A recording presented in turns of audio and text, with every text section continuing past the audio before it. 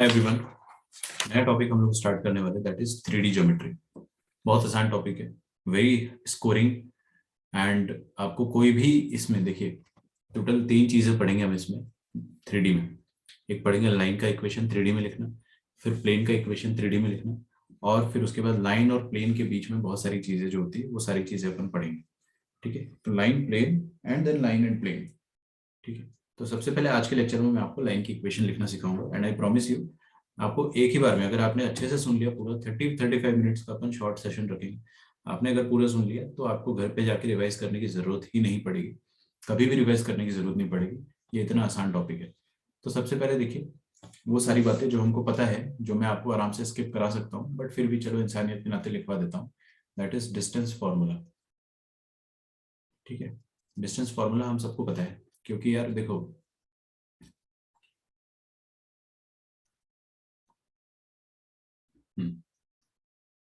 ये हो जाएगी एक्स एक्सिस, वाई एक्सिस और ये जेड एक्सिस। ठीक है, अच्छा, अब अगर मेरे पास कोई दो पॉइंट है, पॉइंट नंबर ए और पॉइंट बी, और इन पॉइंट के कोऑर्डिनेट गिवन है मेरे को x comma y comma z, और इस पॉइंट का भी कोऑर्डिनेट गिवन है x comma y comma z. ये वाला है सारा x1 y1 और z1, x1 y1 और z1, और ये वाला है x2 y2 और z2। ठीक है, तो इनके बीच का डिस्टेंस फॉर्मूला जो हो जाएगा वो वही होगा जो अपन ने क्लास 10th में पढ़ा था, क्लास 11th में पढ़ा था 2D में। तो डिस्टेंस फॉर्मूला हो जाएगा that is A B will be under root of, आप आराम से गेस कर पा रहे होंगे,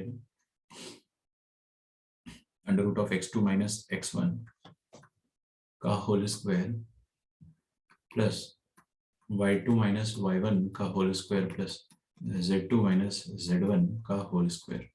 ठीक है, दिस इज इट, पूरे अंडर रूट के अंदर आ जाएगा। This is distance formula. अब अगर अपन सेक्शन फॉर्मूले की बात करें, तो ये सब छोटे छोटे टॉपिक मैं आपको फटाफट बता देता हूँ। सेक्शन फॉर्मूला, ओके, तो मान लेते हैं कि हमारे पास एक पॉइंट है। I'll take the same scenario here. First of all, coordinate axis बना देता हूँ मैं यहाँ पे। ठीक है, x axis, y axis and z axis. We have 2 points, point A and point B.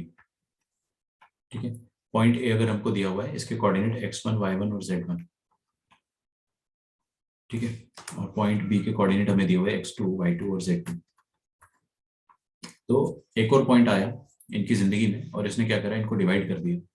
ये पॉइंट पी आया, पॉइंट पी ने क्या करा, ए और बी को m/n के रेशियो में डिवाइड करा।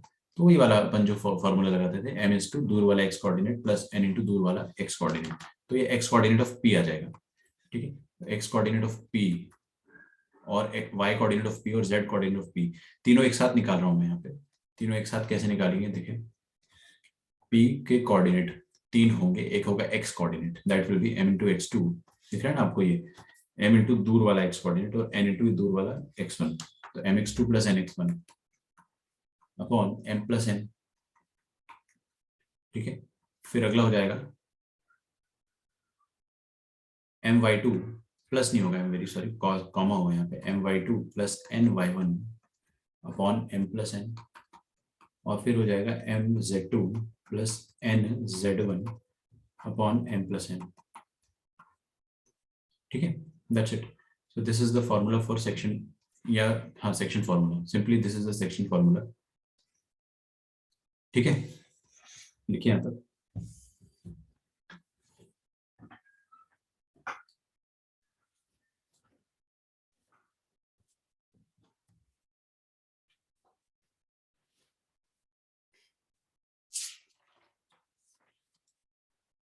बात करते हैं अपन DCDR की, direction cosine and direction ratios. बहुत ज्यादा आसान होता है। देखो, सबसे पहली बात आपको समझना पड़ेगा कि मैं क्या लिखवा रहा हूँ। यहाँ पे मैं लिखवा रहा हूँ डायरेक्शन, डायरेक्शन कोसाइन किसका, of a line.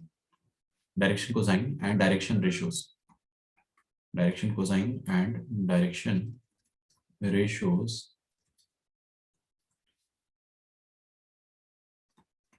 Of a line.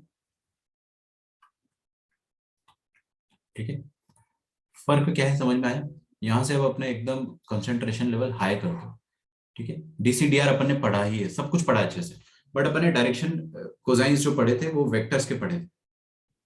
Direction cosine vector के पढ़े थे, लाइन का डायरेक्शन कोसाइन सेम होता है वेक्टर की तरह, बस थोड़ा सा फर्क होता है, मैं आपको समझा दूंगा। राइट नाउ हम लोग अब, जैसे कि हमने 2D में लाइन की इक्वेशन क्या पढ़ी थी, ax plus B Y plus C. 2D में अपन ने लाइन की इक्वेशन कैसे पढ़ी थी, ax plus B Y plus C. तो 3D में भी लाइन की इक्वेशन जो होती है वो अपन लिखना चाह रहे हैं, हालांकि वो 2D की तरह नहीं होती, it is not like 2D। ठीक है, तो लाइन की इक्वेशन 3D में हम कैसे लिखेंगे वो देखते हैं। तो लाइन की इक्वेशन 3D में कैसे लिखेंगे, लेट अस सी।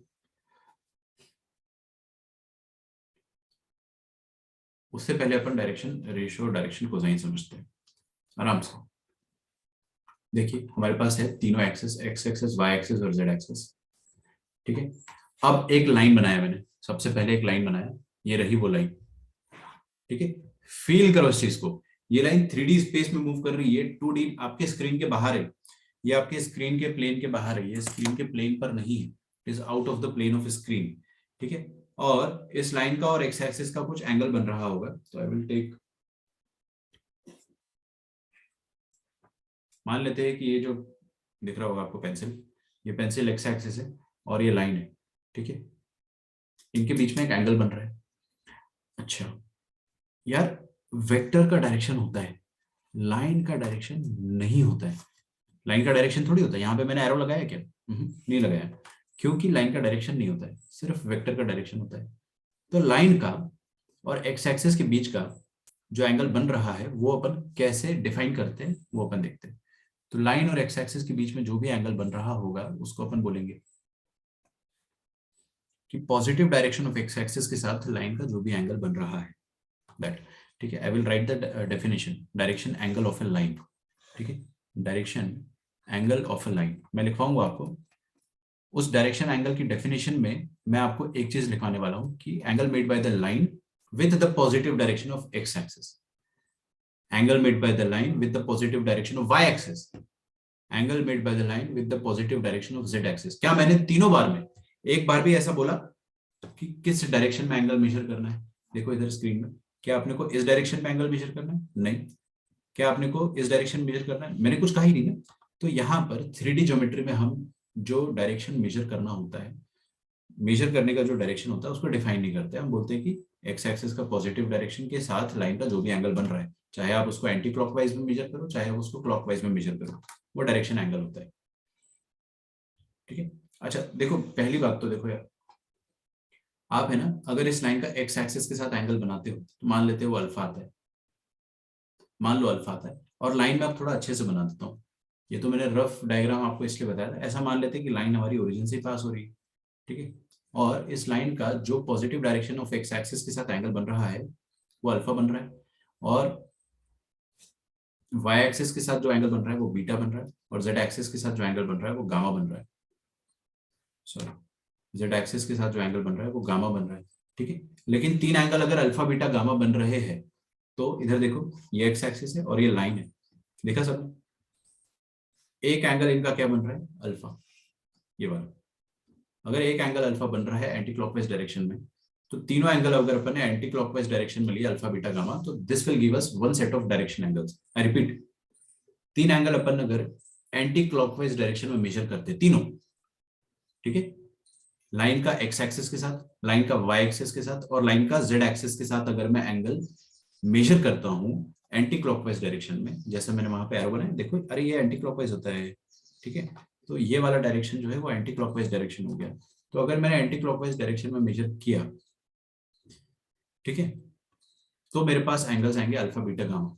लेकिन अगर मैंने क्लॉकवाइज डायरेक्शन में मेजर किया तो मेरे को क्या मिलेगा, उसी अल्फा का सप्लीमेंट्री एंगल, सोचकर देखो पाई माइनस अल्फा, और बीटा का भी सप्लीमेंट्री आ जाएगा पाई माइनस बीटा, और गामा का भी सप्लीमेंट्री आ जाएगा पाई minus gamma.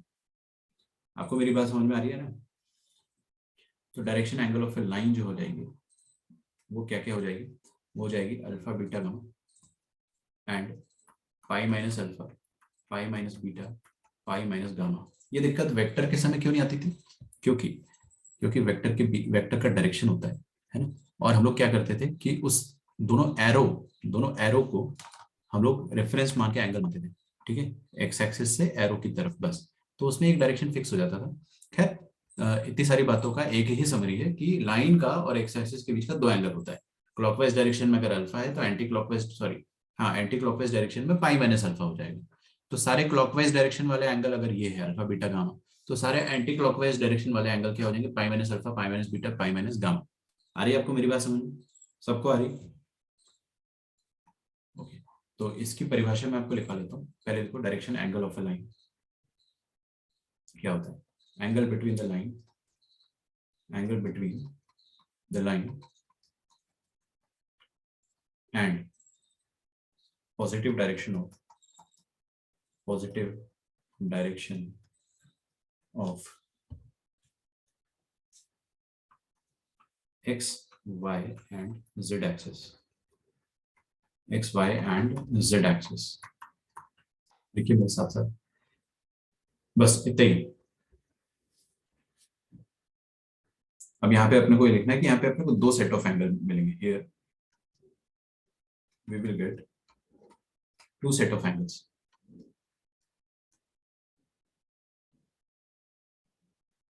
Two set of angles, that is alpha beta gamma, alpha comma beta comma gamma, bracket में लिखो, when measured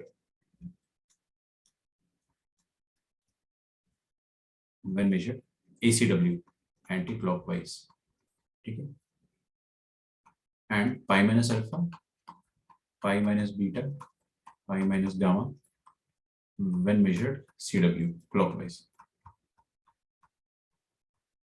तो कुल मिला के लाइन के एंगल जो होते हैं एक्सिस के साथ, वो एंटी क्लॉकवाइज डायरेक्शन में अगर अल्फा बीटा गामा आ रहे हैं तो क्लॉकवाइज डायरेक्शन में पाई minus alpha pi minus beta pi minus gamma आएंगे। तो किसी भी लाइन के, सुनो, किसी भी लाइन के कितने डायरेक्शन एंगल होंगे?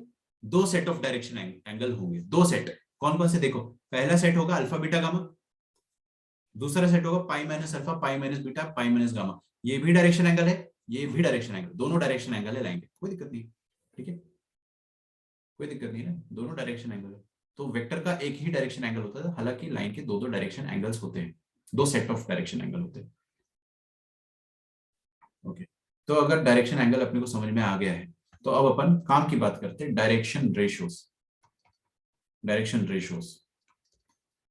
Of A line.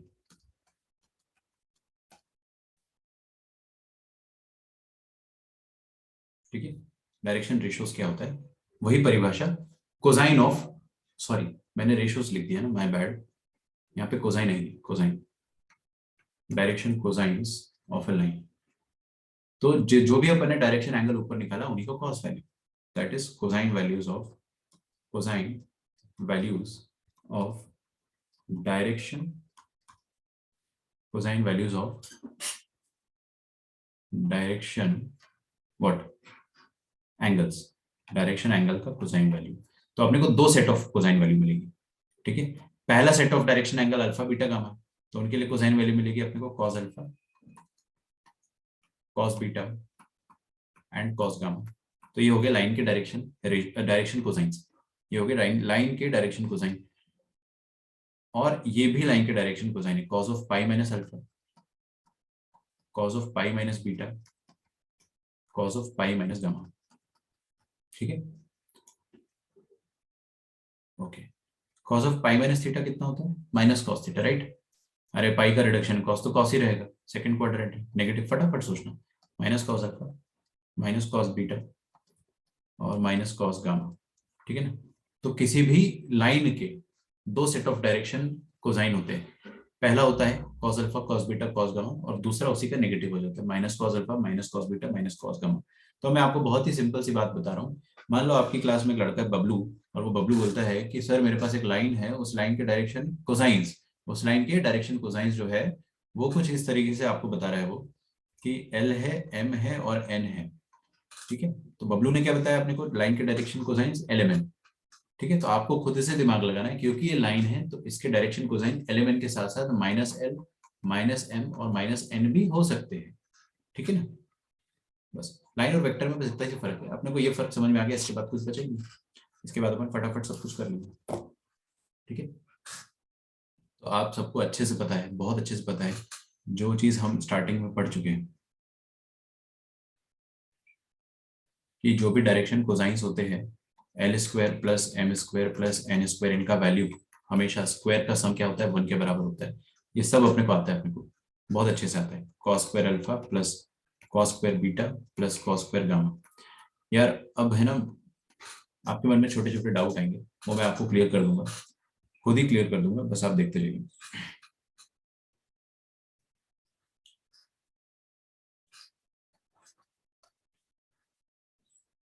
Direction cosine देखा अपन, डायरेक्शन रेशियोज देखते हैं।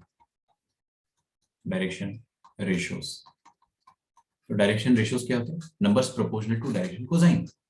आपको पता है कुछ कुछ ऑथर्स जो है इसको डायरेक्शन नंबर्स भी बोलते हैं। मैं लिखवा देता हूँ, पिछले बार मैंने लिखवाया नहीं था, मेरे दिमाग में आया नहीं होगा। डायरेक्शन नंबर्स ऐसा भी कहा जाता है, बहुत कम यूज होता है। डायरेक्शन रेशियोज ज्यादा यूज होता है। तो डायरेक्शन रेशियोज की क्यों जरूरत पड़ी थी, अपन लास्ट टाइम देखा था। क्यों जरूरत पड़ी थी?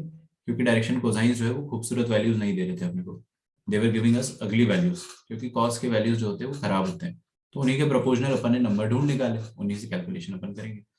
तो डायरेक्शन रेशियोज बेसिकली क्या हो जाएंगे? नंबर्स proportional to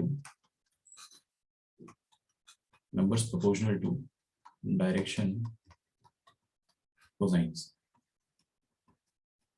ठीक है, मुद्दे की बात अपन अब समझते हैं। ये तो सब अपन ने पढ़ी पढ़ाई चीज को दोबारा रिवाइज करा, अभी तो कुछ भी नया नहीं पढ़ा है। बस एक चीज नहीं पढ़ी है कि लाइन के एंगल दो दो हो जाते हैं, एक अल्फा है तो एक पाई माइनस अल्फा भी होगा। क्योंकि लाइन की कोई दिशा नहीं होती, तो अपन दोनों एंगल्स को चूज करते हैं। ठीक है, अच्छा चलिए, तो दो एंगल्स की वजह से दो डायरेक्शन एंगल्स का सेट आता है, उसकी वजह से दो डायरेक्शन कोसाइन का सेट आता है। ठीक है ना, बहुत बढ़िया।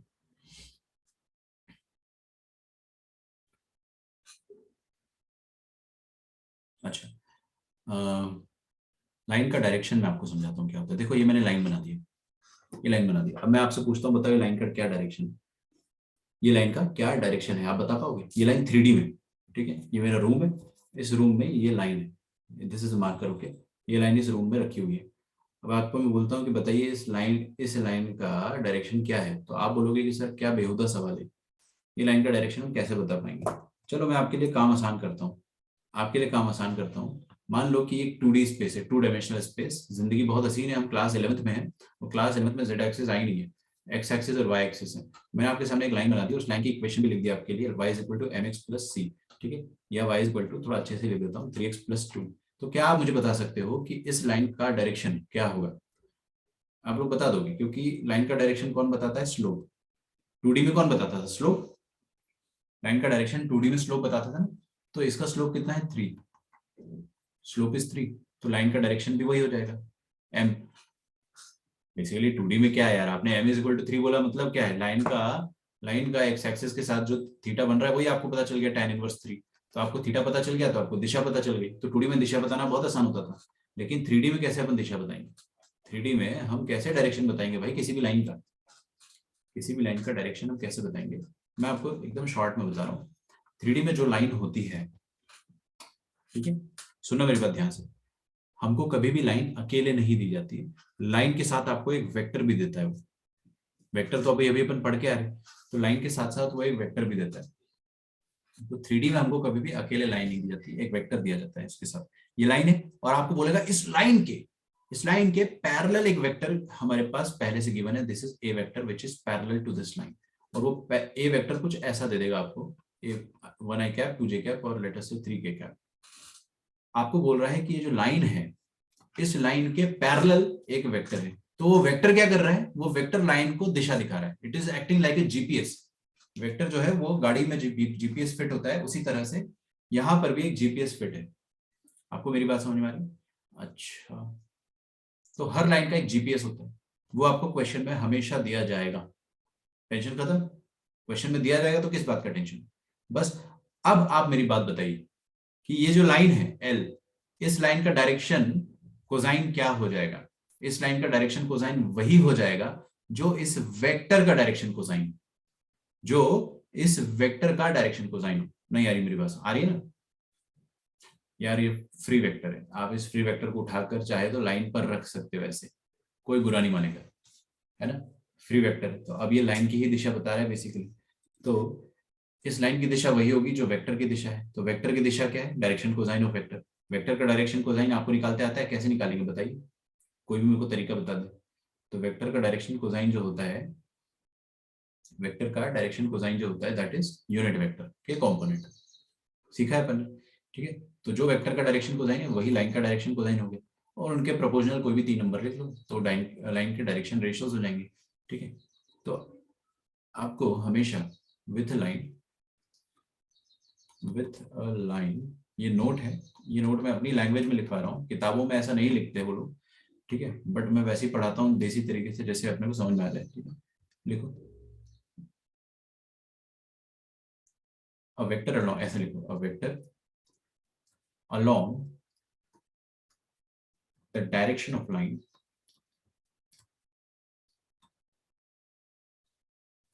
will always be given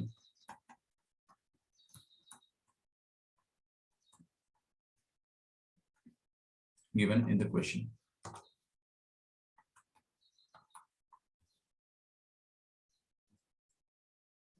ठीक है। अब direction cosine of that vector, उस वेक्टर का जो डायरेक्शन कोसाइन है, will be the direction cosine of the line, direction cosine of the line. ठीक है। and direction ratio of that vector will be direction ratio of the line. ठीक है। ये note मैंने जो लिखवाया है, बस इसको आप ऐसे ही लिख लो। Please right it.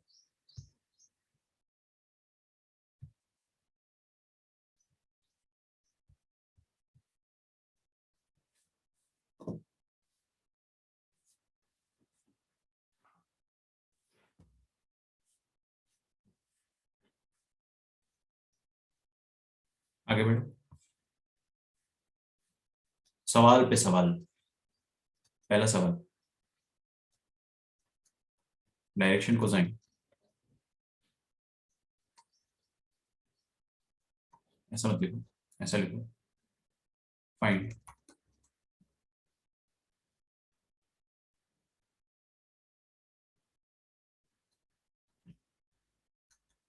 The direction cosine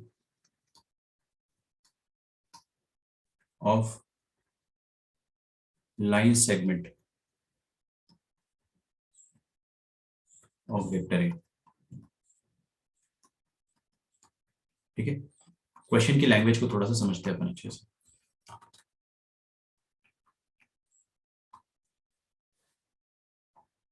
direction cosine of line segment of vector A, सुनो मेरी बात अच्छे से सुनना है। ये जो वेक्टर ए है, इसका लाइन सेगमेंट का मतलब क्या होगा? Line segment of vector a language का मतलब क्या हो गया कि इस वेक्टर की दिशा में कोई लाइन होगी, उस लाइन की बात हो रही है। आई रिपीट, चाहे तो आप खुद की भाषा में लिख लेना। इस वेक्टर के डायरेक्शन में एक लाइन होगी, एक ही लाइन होगी भाई।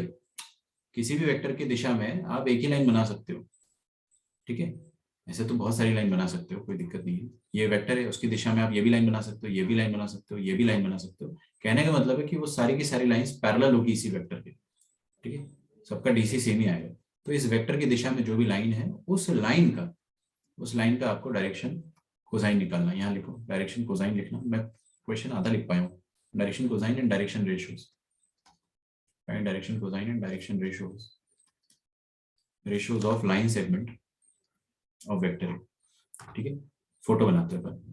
फोटो कुछ ऐसा है कि हमारे पास ये रही लाइन सेगमेंट, और इस लाइन सेगमेंट के पैरेलल एक वेक्टर है ए। बस क्वेश्चन का नोटेशन थोड़ा थोड़ा अपने को धीरे धीरे समझ में आने लगेगा। तो आई कैप माइनस जे कैप माइनस के कैप। तो अब ये लाइन का डायरेक्शन कोसाइन निकालना है मेरे को, तो क्या करूंगा मैं?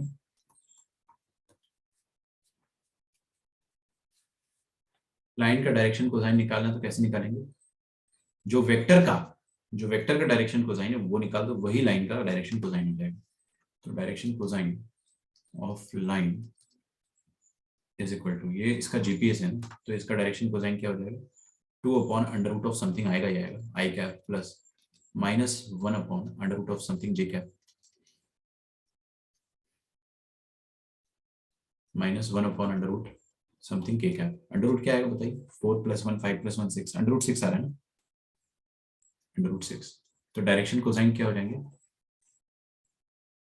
यूनिट वेक्टर लिख दो पहले तो, चलो यूनिट वेक्टर मैंने लिखा A cap, direction cosine of line जो हो जाएगा that will be 2/√6 comma -1/√6 comma -1/√6।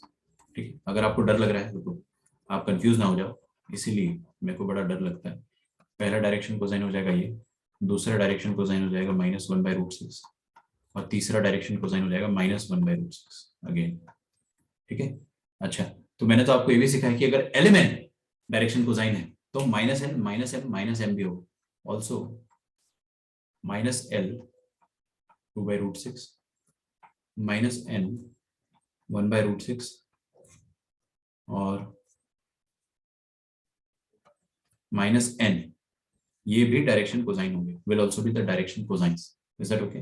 तो दोनों डायरेक्शन कोसाइन का काम करेंगे। लिखो यहाँ तो डायरेक्शन कोसाइन आ गए। डायरेक्शन रेशियोस कोई भी मुझे बता दो इस क्लास में, एनीवन जो डायरेक्शन रेशो कोसाइन तो मैंने बता दिया ना, इन्हीं के प्रोपोर्शनल 3 नंबर चाहिए। मैं तो आपको बता चुका हूँ द वेक्टर इटसेल्फ, जो वेक्टर होता है वही डायरेक्शन रेशियो का काम करता है।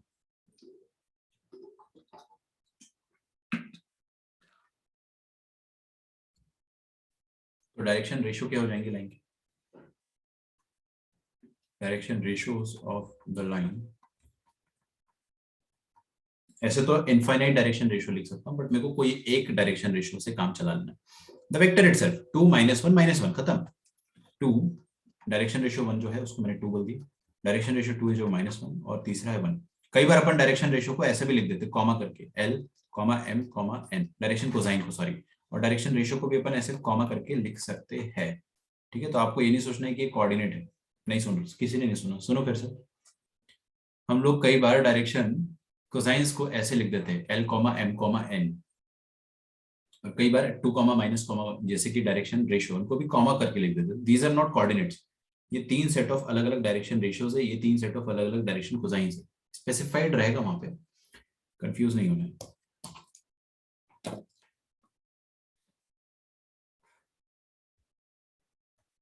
देखिए फाइन, जो ये क्वेश्चन कर देगा उसको मेरी तरफ से वर्चुअल चॉकलेट, रियल चॉकलेट आके दूंगा। फाइन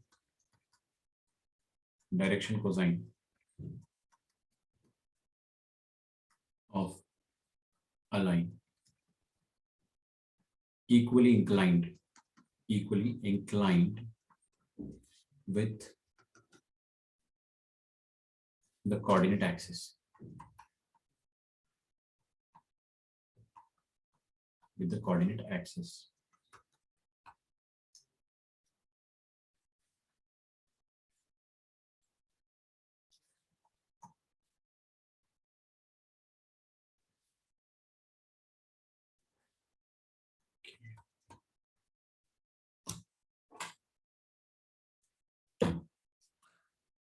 करो।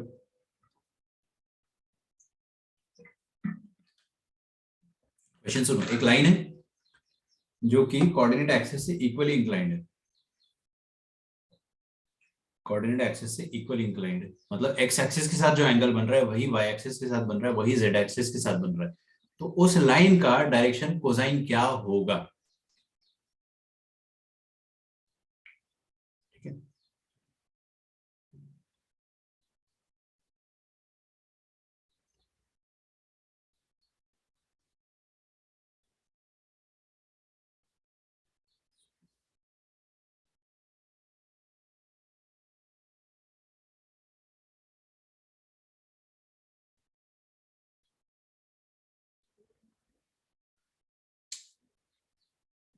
किसी का आंसर आया?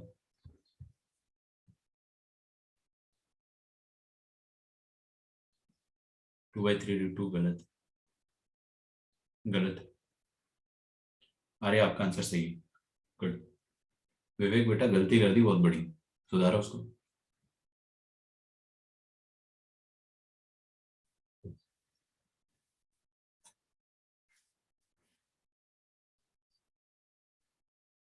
देखो इक्वली इंक्लाइंड का मतलब क्या है कि एक्स एक्सिस के साथ जो एंगल बन रहा होगा वो अल्फा होगा मान लेते, तो वाई एक्सिस के साथ भी एंगल अल्फा ही होगा और जेड एक्सिस के साथ भी अल्फा ही होगा। अरे भाई इक्वली इंक्लाइंड है ना, तो इक्वली इंक्लाइंड का मतलब हो जाता है कि all the direction angles equally inclined means all the direction angles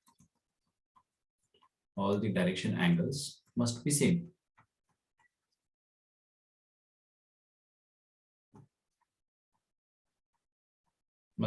That is alpha alpha alpha. तो डायरेक्शन कोसाइन कितना हो जाएगा? cos अल्फा कॉमा, देयरफॉर ऐसा लिखते हैं, L का वैल्यू हो जाएगा cos अल्फा,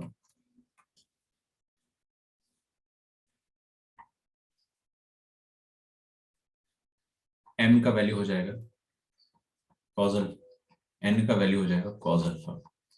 ठीक है. अब आपको तो अल्फा निकालना है या फिर cos अल्फा ही निकालना है. तो हमको पता है कि also as we know that NCERT style, as we know that, मैं लिख नहीं रहा हूँ, L square plus M square plus N square है ना, दिस इज इक्वल टू 1 होता है. तो इसका मतलब cos square alpha plus cos square alpha plus cos square alpha भी 1 होगा. ठीक है. तो इसका मतलब cos अल्फा का वैल्यू या cos स्क्वायर अल्फा का वैल्यू 1/3 आ जाएगा. और यहाँ से आप cos अल्फा का वैल्यू कितना लिख सकते हो? Plus minus 1/√3. मतलब डायरेक्शन कोसाइंस जो अपने पास आएंगे वो कितने आएंगे? 2 आएंगे. हर लाइन के डायरेक्शन कोसाइन 2 ही आते हैं, यहाँ पे भी 2 आ रहे. तो direction cosine L, M, N they 1/√3 and 1/√3, क्योंकि तीनों सेम है भाई, क्वेश्चन में गिवन है. ऐसा मत कर देना कि एक आपने 1/√3 ले लिया, एक minus 1/, it is given in the question that they are same. ठीक है. एलिमेंट ये हो सकता है या फिर ये हो सकता है.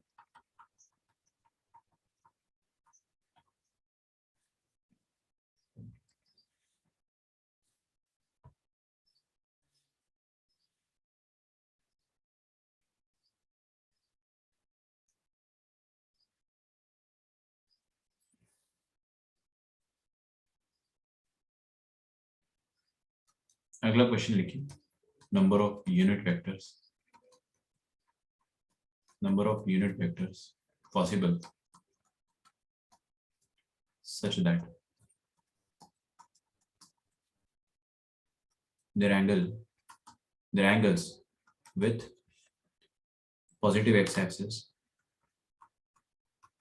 positive x and y-axis, positive x and y-axis are 30 degree each.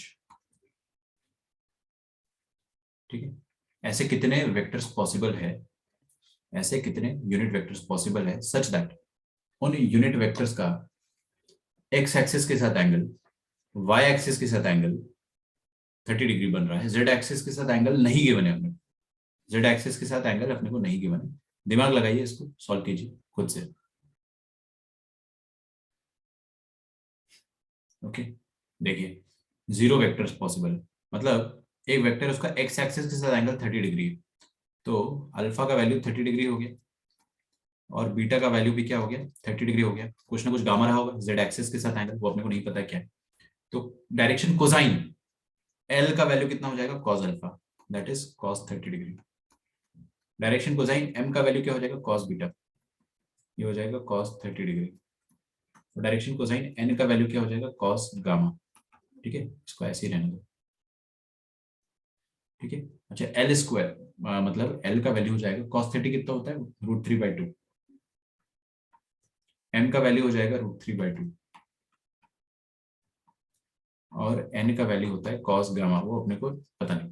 देखें, अब अपने को पता है कि L square plus M square plus N square, कोई भी वेक्टर है यार, कोई भी वेक्टर, उसका एक्स एक्सिस के साथ एंगल, वाई एक्सिस के साथ एंगल और जेड एक्सिस के साथ एंगल जो भी होगा, उसका कॉस वैल्यू उस वेक्टर का डायरेक्शन कोसाइन हो जाएगा.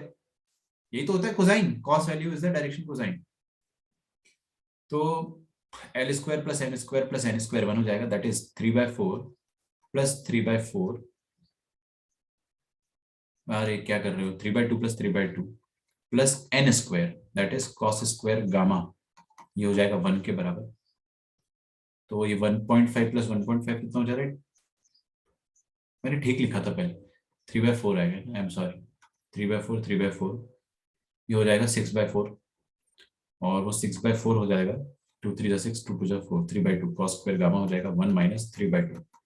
तो cos स्क्वायर गामा का वैल्यू माइनस ऑफ हाफ, ये तो असंभव है ना, दिस इज नॉनसेंस।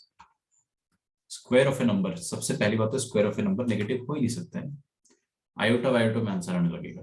तो ऐसा कोई गामा पॉसिबल ही नहीं, ऐसा कोई गामा पॉसिबल ही नहीं। एक्स एक्सिस के साथ एंगल 30 बन जाए, वाई एक्सिस के साथ एंगल 30 बन जाए, और जेड एक्सिस के साथ एंगल फिर कुछ पॉसिबल ही नहीं रहेगा उस केस में, ठीक है। तो ऐसा कोई यूनिट वेक्टर पॉसिबल नहीं है, या आप लिख लो अच्छे से।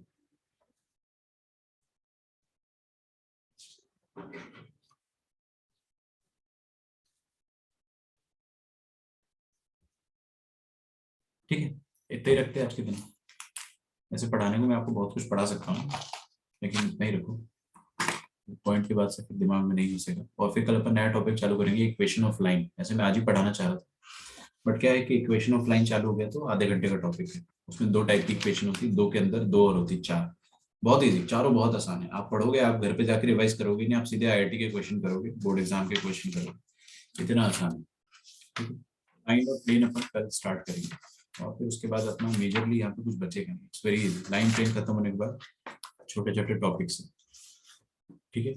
चलिए, तो आज का लेक्चर मैं यहीं पे रखता हूँ, यहीं पे समाप्त करते हैं। आपका होमवर्क जो है दैट इज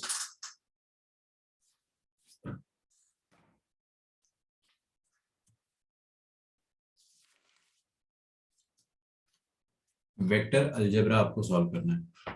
कहाँ से कहाँ तक? 1 से लेके 30 तक, 1 से लेके 50 तक, ठीक है। 1 to 50 मॉड्यूल, बस इतना ही काफी है। और इफ यू वांट, आप